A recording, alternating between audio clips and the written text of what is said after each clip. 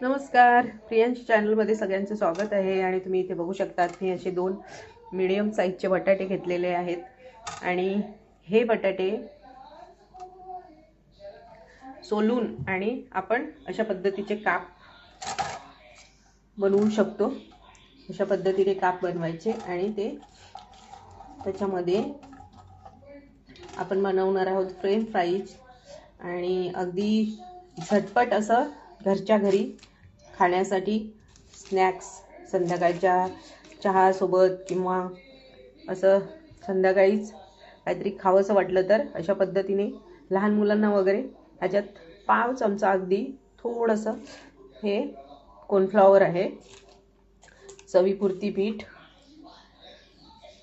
मीठ आणि इथे मी थोडंसं ब्लॅक पेपर पावडर म्हणजे की काळी मिरची पावडर थोडीशी मिक्स करत आहे आणि हे मिक्स करून घ्यायचं आहे अगदी छान असं.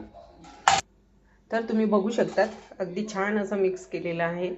आणि मी ऑलरेडी इथे तेल ठेवते गॅसवरती. हे माझं आधी यूज केलेलं पापड तळलेलं तेल आहे आणि मी ते ऑलरेडी ठेवून दिलेलं आहे गॅसवरती. आणि आपण आता हे जे काप केलेले आहेत ते सगळे काप ह्याच्यामध्ये आपण ॲड करू शकतो. तुम्हाला माझ्याकडे स्टीलची कढईसुद्धा आहे पण त्याच्यावर ती लगेच करपते आणि त्याच्यामुळे मी ॲल्युमिनियमचं पातेलं घेतलेलं आहे आणि ऑलरेडी पापड तळलेलं तेल आहे त्याच्यामुळे ह्याच्यातच हे आपण जे काप आहेत ते टाकून देऊ. अगदी झटपट असं फ्रेंच फ्राईज होतात. तर मंद आचेवरती एक 5 ते 7 मिनिटं तळून घेऊया.